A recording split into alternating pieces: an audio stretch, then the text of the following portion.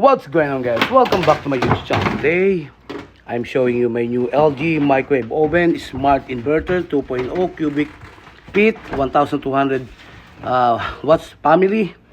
This is made by LG and we unboxing it. This one's a little bit bulky, but it's a good product. That's what it look like, and it comes with the plate and accessory. Okay, you need to plug it into the side. Make sure that you will need to attach this. If you see that inside, you need to line this up. See, like a half moon, you need to do like this to insert it through. Once you insert it through, you need to put the plate, and putting the plate, you just put it like this and make sure that it rotates properly. Now this one is ready for use.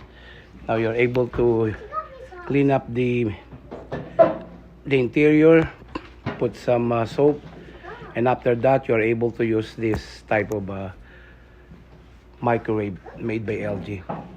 So we got this from, so we buy this for $200 including tax. So to use this, this has a safety features. Even if someone just press this, it's not gonna open. You need to press the side. See the side? There's a button to the side. You need to press this and then press it, and you're able to open this door. That's for additional safety, especially for children who are hyperactive.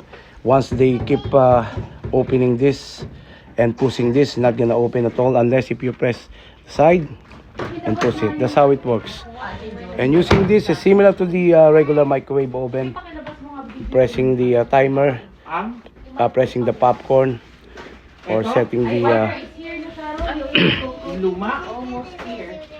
setting the time, so on and so forth. So I hope you guys learn how to use this. And if you guys want to preheating this, I'll try this one. I'm gonna preheat this the rice. Ginagamit mo ba yung ano mo dito? Yung 3 days ano mo? Yung 3 beses kang hahakutan? Ginagamit namin yun every year. Okay, gonna preheat this. I'll put it in the middle. So I'm gonna set it into 1 minute only. Press this 0 0. That's a 1 minute. And you need to press the start button. So I already set it into 1 minute. Again, you need to clear this button. Setting the timer, just press the minutes or an hour. So I'm gonna press it to 1 minute. 1 0 0. Just 1 minute, and then you press start. Now it works now.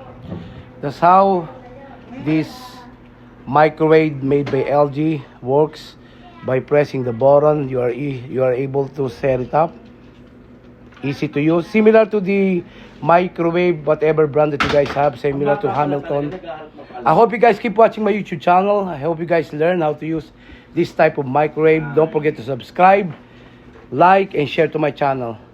I catch you guys later for my next video. Thanks for stopping by. May God bless you all. Bye for now. God bless.